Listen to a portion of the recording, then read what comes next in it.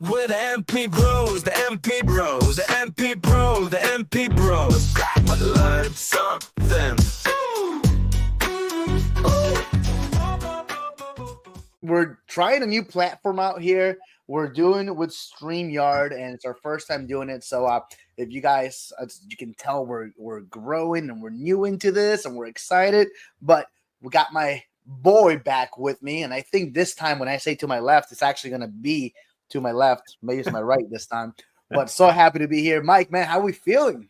Oh, I'm feeling great, man. I'm pumped to do this again with you, and I cannot wait for us to get our jingle going so we can have a proper introduction to this podcast. We were just talking about that off camera a little bit. And so Mike and I got a chance to kind of recap a little bit and put our thoughts together on what we liked from last week and what we can improve upon last week. Surprisingly, we liked a lot, and there's not much for us to improve upon. So you guys tell us. You guys tell us if there is anything that you guys feel like we can improve upon or that we can touch on more. We'd be happy to, but we got such good responses. Our first video that went live exactly last Friday, as of right now, we're sitting at 96 views. So I think we got to have a goal here of beating that and doing a little bit better for this next one. So anyone watching, you know the deal. Like, subscribe, comment, join us for this mortgage protection party every Friday. Mike, what are we talking about? 92 of those views were mine. Just watched it over and over again. So today, something that I really wanted to talk about was how to start fast in this business. I know that for me, that was not that long ago. So starting fast is massively important. Of course, there's kind of like other branches that come off of that tree in respect to having the right mindset and the discipline to execute. And I personally think, when we were talking about like, what should we talk about this week? I said, we're just getting started. So why don't we talk about how people can get started fast? It just seemed like it made sense. Ain't that the truth, man? We are just getting started. So it's an awesome thing to be able to focus on. So two things you said. One is that you kind of just got started, which is nuts to even put that out there that way.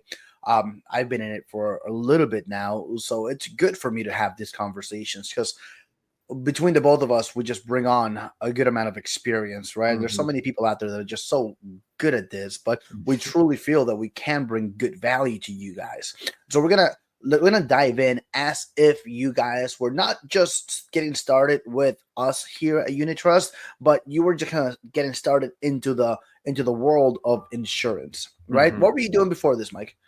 I had a recruiting and staffing business. I was in that business for 17 years, man. So, it had some transferable skills, but in actuality, I joke about this, but I'm serious that coming into this business, I could not even told you what a premium meant. Like I had no knowledge.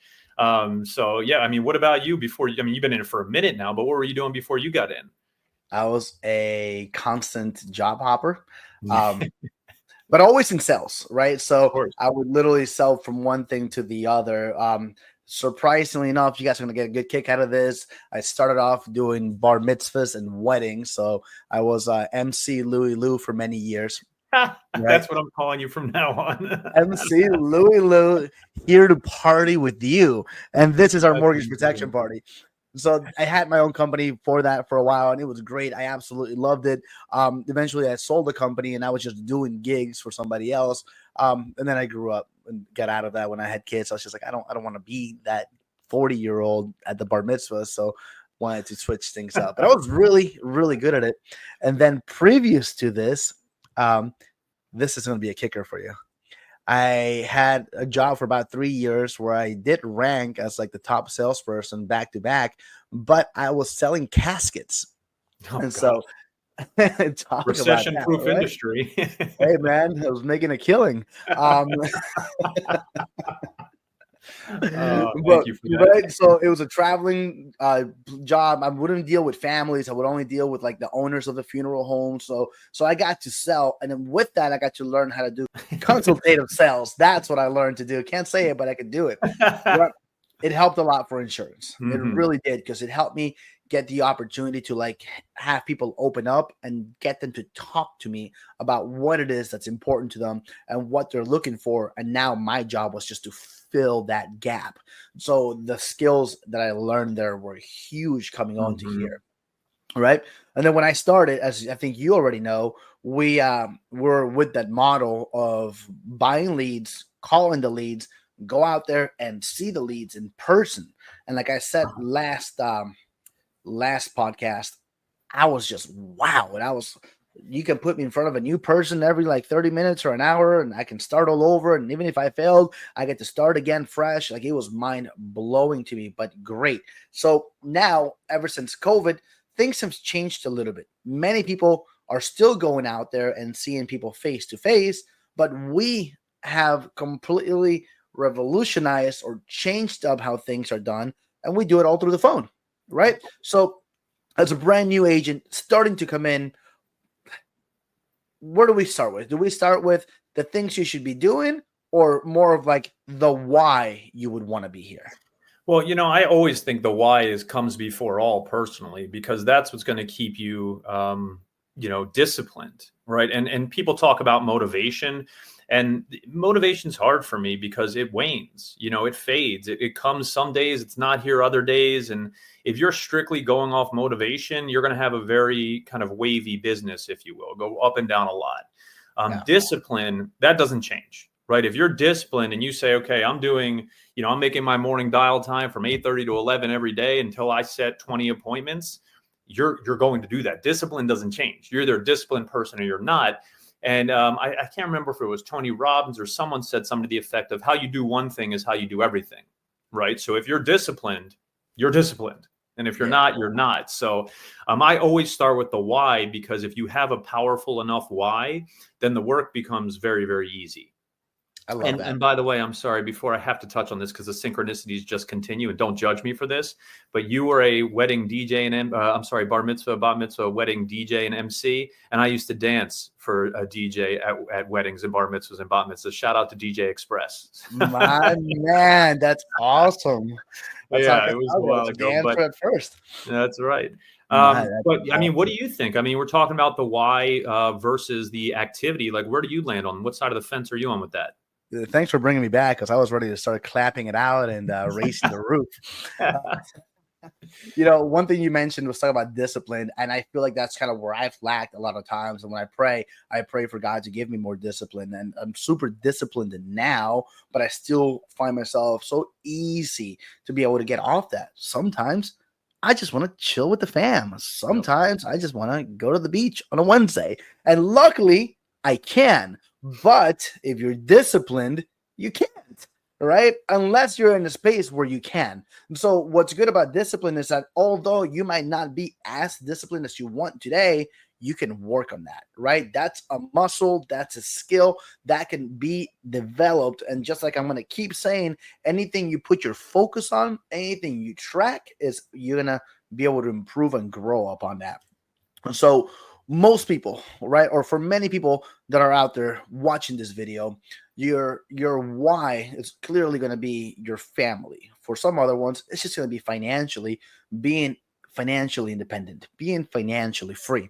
And if you think insurance, you think life insurance, what's the first thought that comes into your head before you even started doing this? You thought life insurance, you thought what? I mean, honestly, for me, I thought useless. Before I came in, before I learned about it, because again, I thought it was I knew so little about it that to me, I'm like, why would I need life insurance? And it was really just a lack of knowledge and information. And then once I learned about it, now I'm like, you must be crazy to not have yourself and your family protected. Like, if I have any friends of mine that don't, I'm like, you don't need to get it from me, but you need to get it. Yeah, I love that. And so I originally would think life insurance, suit, office, boring, right in line with like accountant, like not me, not bar mitzvah dancer, not bar mitzvah MC, not right, not that. Surprisingly, but when we started doing it, it was so different. It's truly a way to be able to connect. It's truly a way to be able to help, and we're able to impact so many people's lives. And And if you're thinking about doing this and that was your mind thought, or, like, hey, what can I do to make extra money? Let me become a TikTok star. Let me go ahead and, do Uber, Dash, and delivery and whatever it is. And I'm not knocking it because people are doing great with it. But if you're thinking, insurance, it might be too boring for me to do, I couldn't prove you wrong more, right?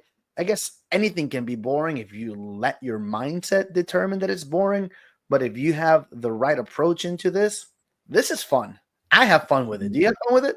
I love it, man. And it's like anything, any job, any career, like it can get monotonous. Like if you do the same thing every day, it doesn't matter what you're doing. Like eventually it's going to get to a point where it's monotonous. But like you said, how do you frame it in your mind, right? Because it can be really, really fun. And also for me, incredibly fulfilling. I was talking about this on the training the other day, but people need this product. People need life insurance. I mean, there are people who are passing away and their kids are going bankrupt trying to get their parents a funeral. Like that's insane to me. People need this product, and we have the ability to not only help them make sure that they're protected financially, but also we can connect with them. And that's where the fun sets in for me, right? The fulfillment is on protecting families and giving them something that is really going to be like truly a lifesaver for a lot of people. The fun comes with connecting people, with learning about their story, with getting to understand them better and understanding just more in depth about why they need this and what has brought them to kind of our appointment, our conversation. I mean, what are your thoughts on that? It's crazy, right? It's crazy, and it's twofold because like, at the same time, this is transactional, right? It's pretty quick. Like we only get so much time a day, and we want to be able to service as many people as we can. And Right. with that being said, you want to help the ones that want to be helped and let go of the ones that don't want to be helped, right? If they don't want insurance, I'm not going to twist your arm. I mean, I'm not as big as Mike is here, but I know I'm not going to put up that fight. It's just not worth it to me, right? And even with that said, we're going to find those people that you can help. Well, that to me is what is part of what makes this fun, is that we're not selling anybody on this. We're sharing information. Like, here's how it works. Here's how it protects you. Here's how it doesn't. Is this something that makes sense for you, your family, and your financial situation? And they either want it or they don't. And it makes it so much easier. It takes so much pressure off of us to not have to sell, right? We're not trying to convince or influence. It's like, here's the information. Does it make sense for you? You know what I've learned from you? That you do such a great job at explaining, not selling. Thank you. And the more that you're able to educate these people on what it actually does and how it's going to benefit them, the easier it is for them to say, yeah, I didn't think I was going to buy anything today, but yeah, I want that. It's a matter of fact, sign me up, It's crazy. And it just comes because you're able to paint a picture in their mind of, how this works and what could happen if you don't have it. So if this is in place, they're going to want to jump on that. So that's beautiful, man. I want to... I'm sorry, just another thought on that it's also, we were talking about kind of sales versus information sharing. It's almost counterintuitive for you to come off as salesy, right? You don't want to seem like that. I mean, my wife said something to me that just changed my whole approach and really inadvertently really changed my business for the better, which was I was approaching it as more of a salesman, like, hey, how's it going today? How's the weather out there? How about those Ravens? Like some ridiculous, very entry-level sales tactics to try to build a false rapport. Mm-hmm. And Megan was like, you sound so salesy. She's like, you should be approaching that this is just part of the process, right? You get a mortgage, you get mortgage insurance, right? You get the mortgage protection. It's part. So if I changed my approach to being more like, okay, this is just what's next in the process for you. And just that, like, it changed my demeanor, my tonality, and just it really skyrocketed my business. And it's just like little things like that, because I don't really want to sell. I want to work with people who want to work with me. I think if I'm going to edit this video and like add little things to that, I'm going to have a little light bulb pop up right as you were saying that, because just like it just went off. It literally did. Like what a change of mentality into it, right? It's just part of the process. Like, listen, you bought a mortgage. Now this becomes available to you. Most people that are responsible get it. Do you want it? great, right? And that most people, but we got to take it back to the new people, right? Because as you guys can tell, Mike and I are just so passionate about this, and we love this because we know it. So if that is you in defense, should I jump or should I not? Feel this excitement and get to understand that this didn't just happen because we came in and said, all right, we're going to be life insurance agents, right? It came in from having success at it. It came in from enjoying it, from learning it, from doing it. And that whole 10,000 hours to become a professional, Mike's put the 10,000 hours in 1 year somehow. I've worked my way over the 6 years to make it happen, but it's there, guys. As long as you're able to truly become a student of the game and implement it to where you see some success, you're going to find that this is just an industry to be able to love. Yeah. Right?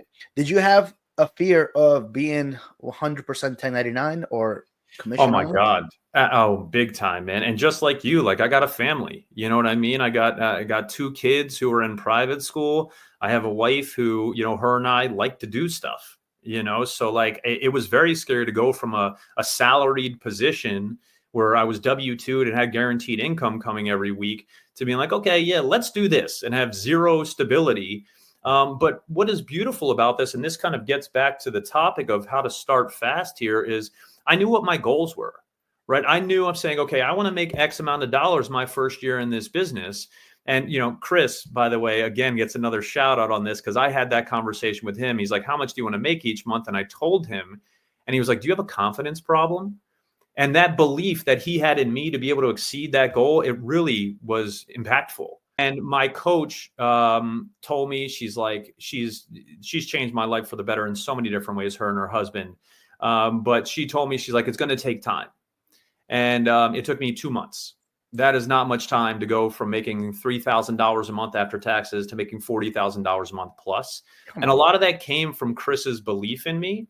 But a lot of it also came from understanding that this was my goal, and we can reverse engineer it to understand what we need to do day to day, right? So it can be very intimidating to come in and be like, I want to make $500,000 this year. And it's like, well, I've never done anything even close to that. And I'm coming to a new industry where I know nothing. How the hell am I going to do that?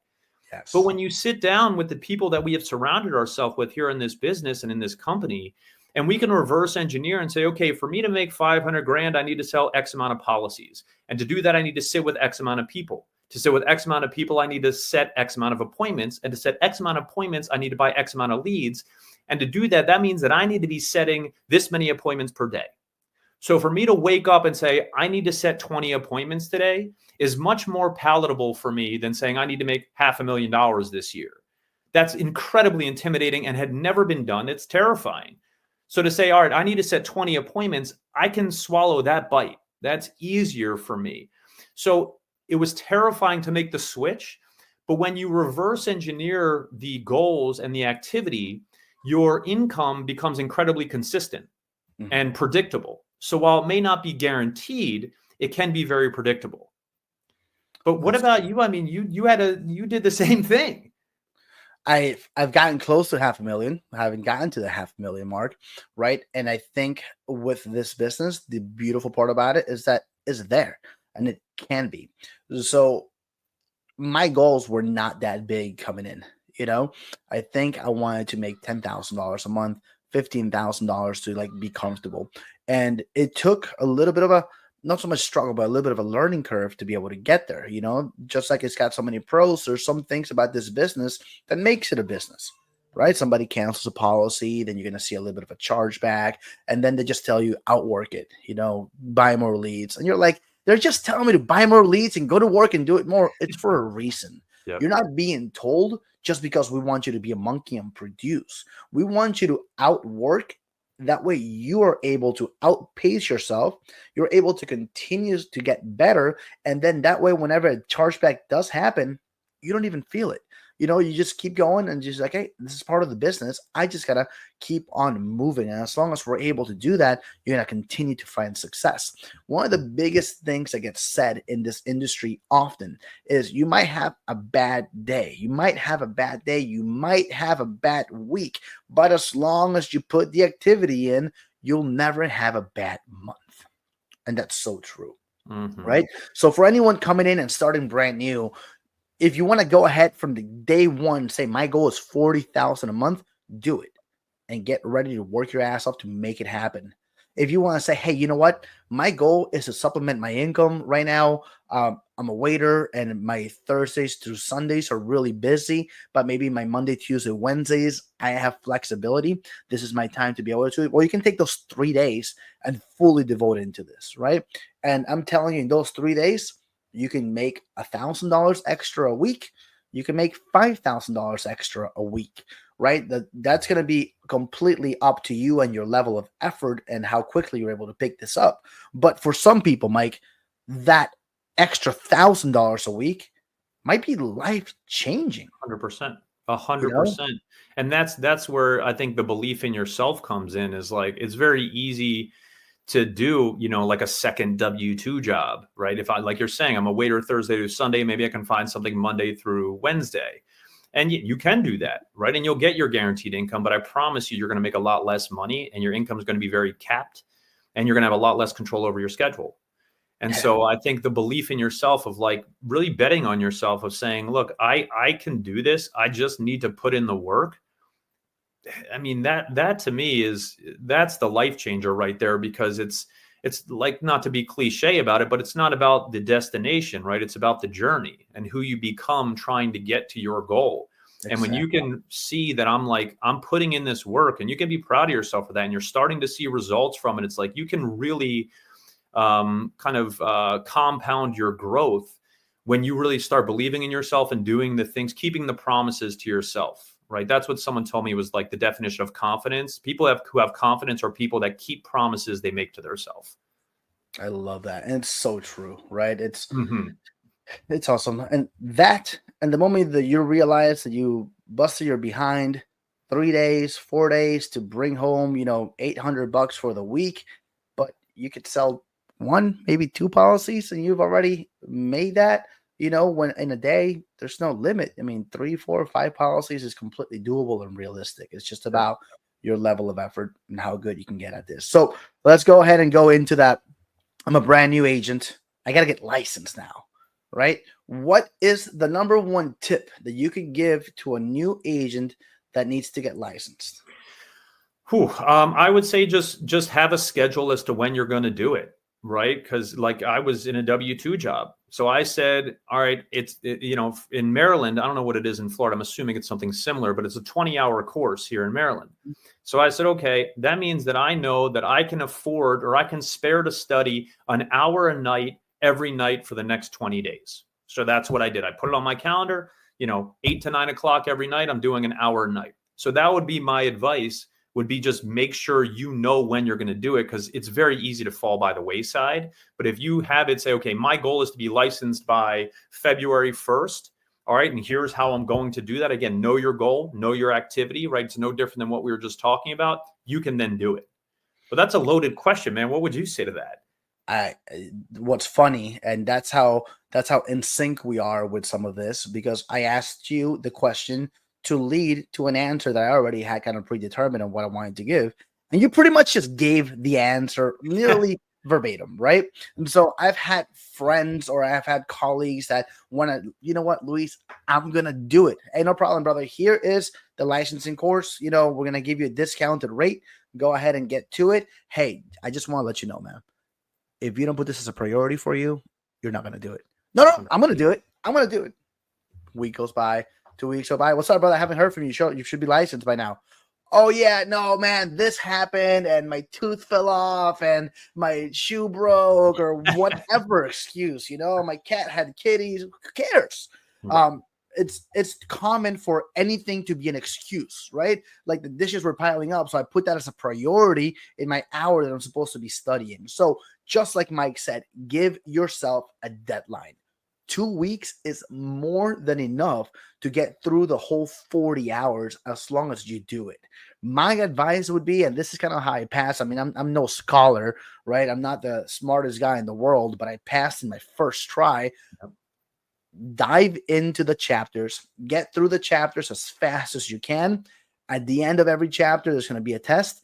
Do that test over and over until you're really good at answering that test, and then move on to the next one, right? As soon as you get done with it all, there's going to be a crash course that you can take, and you can just maximize that crash course and do that test, that practice test over and over and over and over until you're close to getting 100. The moment you do that, book your test out. If they don't book it out for like maybe 3 or 4 days, then during that time, you keep taking that test. That way, when you go to that, you have practiced so much on taking and passing that test that it's going to be so easy for you. You're not going to be nervous or worried about it. And you know when you're nervous and worried?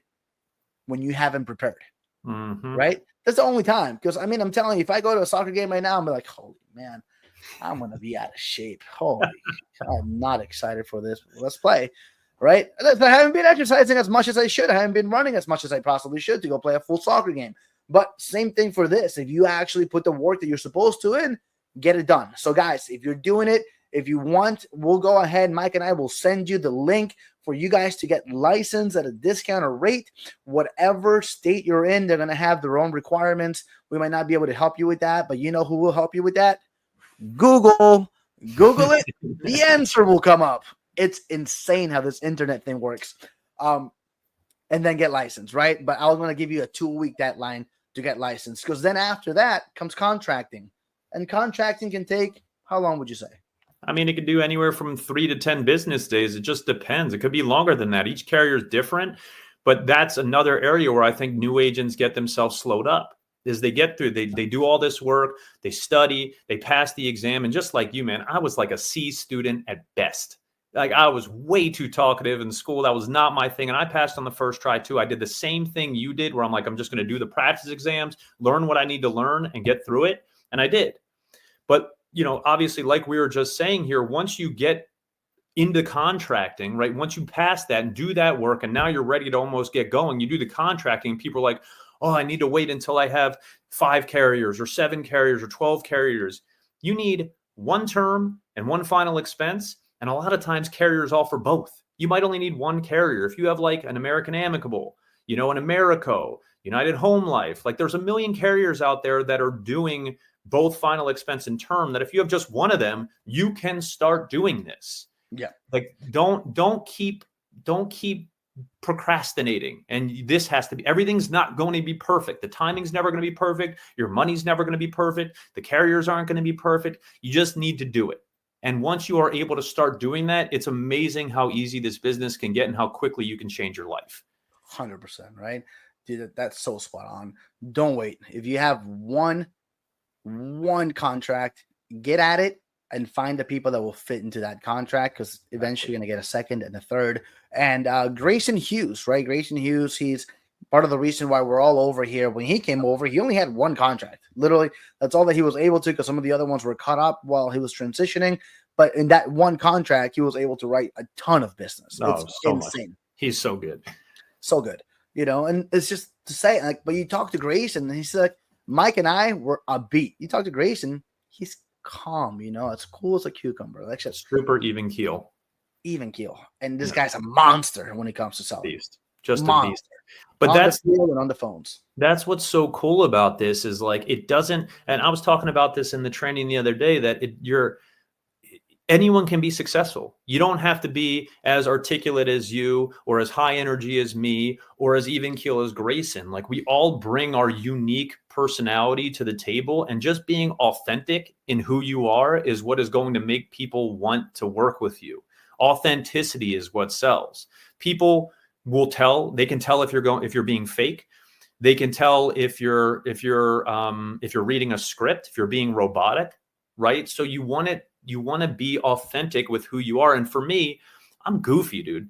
Like I say some ridiculous stuff. I love dad jokes. I'm silly. Like at appropriate times, I let that shine through during the interview. And even though half the time the stuff I say is just so dumb, people can appreciate it because I'm being authentic, and it allows them to feel comfortable to be authentic as well, which lets them let their guard down and us to really connect about what we're trying to talk about. Let's shut out Brad Inman, because you said dad jokes. Yeah, I know. Brad and I go toe to toe on those, man. He does. I think he's got me beat though, unfortunately. But another monster, and Grayson Hughes' brother, nonetheless. And he has a polar opposite personality than Grayson does, and both of them write like a comically large amount of business. Yeah, it's a beautiful thing. It's amazing. So now, Now you've submitted for contract and you're waiting for that to happen. You're not going to be like, okay, well, I guess I can't do anything while my contracting is going on. Let's go fishing. Let's go do this. Let's go do that. So, right, this is your opportunity to sharpen your pencil. This is your opportunity to get so good so that the moment that the coach says, hey, you're in the game, you're not flustered. You know what to do, right? It's going to be huge, huge. And this guy has to come in. Say, Oh, hi, I was just shielding mine off myself. No. All right. But to your point, what you're saying is, what can we do during that time, right? To make sure we're maximizing the time between contracting and dialing. And like, what would you say? What would you do during that time to help come out the gate swinging? Talk to your mentor. Talk to your mentor. But don't bother your mentor if you're not doing what your mentor's asking you to do. Gosh, right? It's really, really important for you to be able to do that. Super important for you to follow directions. We talked about last episode, leaving your ego checked at the door and coming in saying, I know nothing. Teach me, right? So if he tells you, watch this video, don't just watch it while you're eating snacks and paying attention to a basketball game. Don't do any of that. Make sure that. Hello. Hi. Stop.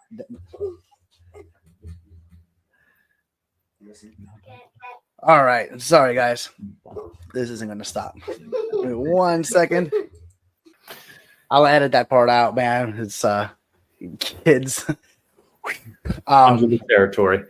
So so we were talking about what you would do. So you said, what would you do in between the time where you're getting contracted and before you can start dialing?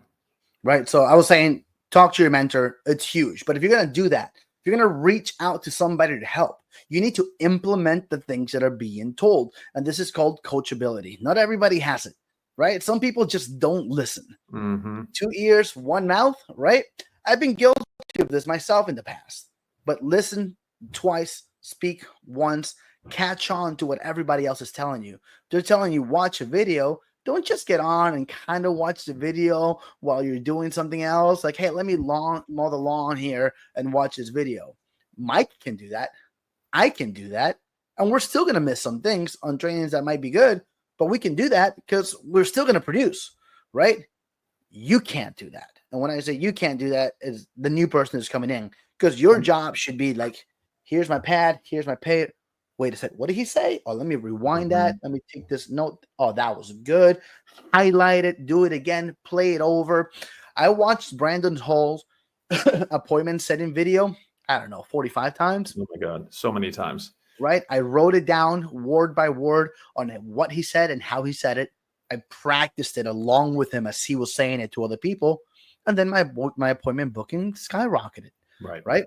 I watched, I think we're going to put together, Mike and I are going to get together of a way to also just kind of help our agents, because everybody's like, oh, I want to shadow you. I want to go with you. I want to see it. Well, we're going to have some access to some calls where you can just literally watch and take notes, and we'll edit out any information from any clients or anything like that. That way it's just completely safe, but that way it's going to be available. So just take this time to learn. And when I talk about learning, one of the biggest fears is not knowing the carriers or not knowing the products, right? Mike, you always talk about this. How would you feel like your knowledge on the products truly is? If it was a 1 to 10 scale, I'd say probably like a 3 or a 4. And that's the beauty of the resources we have here, is you don't need to know. And guess what? Your clients don't need you to know either. You don't need to know everything. It's incredibly powerful in sales and relationship building when someone asks you a question and you say, I don't know, but I'll find out for you. Again, authenticity.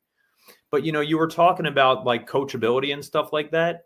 And it's something that I like to say here, where there's these people that ask you all these questions and you give them all this insight and advice and they never do it. Call those people ask holes, right? Because they're just asking and they never follow through. And like, that's like, even though I agree with you that you and I are at a point right now where I feel like we could be slightly disconnected from the trainings, I really try not to be, because like I'm writing good business and I'm really proud of myself for how far I've come in, the year and 3 months that I've been in it. But every so often someone drops a nugget on one of these trainings that you would never have expected it to come from that training, from the topic. And it'll change my business from doing 1 app a day to 3 apps a day to 5 apps a day consistently. So like, be engaged, right? Be coachable and remove your ego. Exactly like you're saying, like, let's get after it and make mistakes, fail forward. That is the best way to learn. I love it. Right. Just get out there and Exactly. do.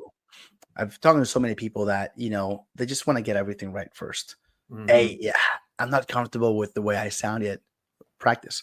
I don't really know the products yet. Don't worry about it. All you need to know is term policies after 10, 15, 20, or 30 years, they're done. That's simple. Whole life policies, they're going to last till the person's 120 years old. Beyond that, everything is really just extra. Like, that's the biggest concept of that. The pricing is going to change by company. We have ways to be able to make it super easy for you to get quotes, for you to know exactly what the prices are. The resources are amazing here. Mhm. We're able to give the most amount of support as far as it comes with that, with technology, and the way that we're able to get those quotes out fast. Right? I mean, you talk about being able to deliver a pitch and quote everybody in around 20 minutes, right? Oh, it's less than that. For me, I'm at 8 to 12 now. Like, I don't want the fluff anymore. Like, like we talked about, we have these goals of what we're trying to achieve. And part of those goals are how many appointments I need to be running each day. And I don't want to spend 20 minutes on the phone with someone if they know in 5 minutes that they're not interested in covering it and they just don't have a chance to talk because I'm just vomiting information on them.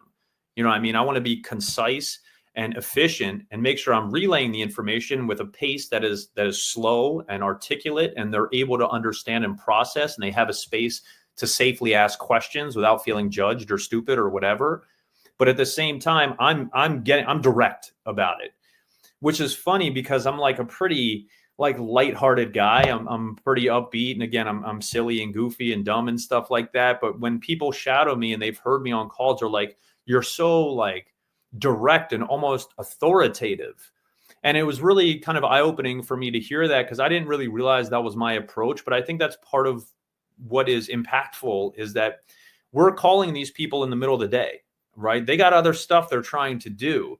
So while I'm still friendly and warm and engaging, I'm to the point. I want to be respectful of their time, and I want to be respectful of my time. And to do that, I figured out how to condense, what normally is 20 minutes down to about 8 to 12 minutes and still make sure I'm sharing all the right information, simply because I've eliminated what I was talking about earlier with kind of those like fluffy sales relationship building tactics that were kind of counterintuitive to the process. So, so let's call it 10 minutes with a little bit of grace in it, right? 10 minutes in, the quote's out. Yep. Maybe another 10 to 15 to get the whole application. He's done with an application, cooled down the customer in 20 to 30 minutes tops, right? Yep. When it's taking me 45 to 30 to 45, and if I'm doing 2, man, I'm going to be on the phone for an hour. Yep. But it's just kind of how it goes. And that's why whenever you're able to tune in and tweak and perfect your craft, you'll see the results that Mike has. You'll see that he has constantly been working at this. And well, to be clear, like when I first started, my appointments were 45 to 60 minutes long every time, consistently 45 to 60 minutes long. And so, like you said, we're tweaking, we're evolving, we're all doing an autopsy of our calls to try to figure out how to be more efficient and help more families. And that's where it's kind of gotten down to. But we're talking about getting up and running for the new people that are getting into this business. I wouldn't worry so much about how long your calls are. I would be worrying about like, how far am I getting through each one? And those are kind of your measurements of wins, right? Having appropriate expectations. Like when I started, my goal was to sell 5 policies in a day. That's ludicrous. That's insane. What my goals were off the bat was, all right, I want to set 1 appointment today. I do it. That's a win. That's a good day. Nothing else happens. It was a good day. Then I wanted to set 3 appointments, and then 5. Then I wanted to get through the presentation, and then I wanted to get to the quoting, and then I want to get to the app, and then I wanted to sell the app. So these are things just from like a mindset perspective that can help you get off and running quickly, because you have appropriate expectations of what wins look like to start. Because if you come in and you're like, I want to sell a policy today on my first day, like, yeah, maybe it'll happen. more than likely it won't. And then so you're going to feel like you're defeated and you're demotivated and you failed now after day one, when realistically, most people don't sell a policy on their first day. We're learning, man. I love that you said that, because you also said, you came in and you told Chris, I want to be a $40,000 a month producer. It took you 2 months to be able to get there. But the reality is that, yeah, you got there fast, but you went and you did the work, man. You know, you set I your screwed up so much. I sounded so dumb. You have to, and I love that. You know, I absolutely love that. Yeah, it's amazing. So let's kind of recap a little bit for all new agents coming in, right? First and foremost, get your mindset right. Know that this opportunity is beyond unbelievable, but it's only up to you. There's a high fail rate for insurance agents, and that's because they don't follow a system, they're not disciplined, and they don't put the work in. If you work and you follow the system, you pretty much can't fail, right? And so let's do that. Get your mindset right. Figure out exactly where you want to be, your schedule, what time you're going to be allotting for this. If you're coming to do it with us, we just ask, at least 2 days out of the week that would be left wide open to be able to focus on this. If you have a type of job that gives you that flexibility, try that to start. Come here, get going with that. And you might want to just say, hey, bye-bye job. Hello, life insurance, new career, like Mike and myself did, and stop selling caskets, right? Or stop dancing at bar mitzvahs to come do this. But you'll find it. Go ahead. No, I'm sorry. So that's the one, right? So that's one. Get your mind right, right? Number two, know your why and know your goals, right? That if you do those three things, you get your mind right, you know your why, you know your goals, you're already going to give yourself a leg up on probably 90% of the people that are coming into this business. Yes. And your goals are going to be ever shifting, right? So your first goal is going to say, get licensed. Well, Luis and Mike just told me that it should not take me longer than 2 weeks to get licensed. That means that I'm going to put in my calendar 2 hours. If you have the luxury, 2 hours in the morning, 2 hours in the afternoon, or 1 hour in the morning, 1 hour in the afternoon. The more time you devote into it, the faster you're going to get through, and make sure that you just get to it. Take the practice exam over and over and over. Pass the test the first time. Don't feel discouraged. Don't feel guilty. Don't feel like the world is over because you didn't pass it the first time, like Mike and Luis said you did. Well, I can show you plenty of people that it took them like 6 or 7 times and are now doing fantastic. They're just not good test takers. It happens, but don't be discouraged. So figure that out. Get your license. During your contracting phase, when you're getting contracted, you study more. The more that you become a student of the game, the more that you're able to implement into the game and learn everything, you're going to get yourself ready. Like I used the analogy earlier, when the coach calls you in, you're going to be ready to perform, right? What else do you have on that, Mike? Don't be an asshole. If you're asking for advice and you have these coaches and mentors that are experienced and successful in this business, listen to what they say and implement it. Because for me as a coach, there's nothing that makes me want to work with you less than you say, hey, what should I do? And I say, you should do this. This will work. And then you don't do it. What other questions do you have? No. Is there any other questions? I've been working on implementing that too. A little tip Mike gave me. All right, guys. So that's going to be, I think, our biggest quote and our biggest things, our biggest highlights or whatever. What would you call it? The most important things. There we go. Those are the most important things for new agents. The biggest takeaways for new agents to come in and have quick success, right? Move with speed. I think everything we talked about here had an essence of speed behind it without us actually saying speed, right? Money loves speed. I've learned that over the years. Money loves speed. So if you want to do it, you gain that momentum and you do it now and you stay with it and you follow through with it. Get licensed quick. Learn your products as little as you need to. Learn the script, follow, watch the videos. It's super simple. We have a system in place. You plug into the system, you ask questions, but you don't become an ask hole, and you learn and you win. My man, I love doing this with you, bro. I think we're about 30 minutes. Oh, we're 40 minutes into it. So any closing remarks you want to say? No, nothing else for me, man. I'm again, just so if we want to put that out there, we're not going to be on next Friday. I'll be in Mexico. I'll be out of the country. But the next week after that, we're back at it, episode 3, and maybe we'll even have our jingle by then. Wow, we might have our jingle by then. All right, guys. Thank you all so much for joining us. We are the Mortgage Protection Brothers, Michael Waranch, Luis Moyano. We'll see you all soon. Peace. And recording.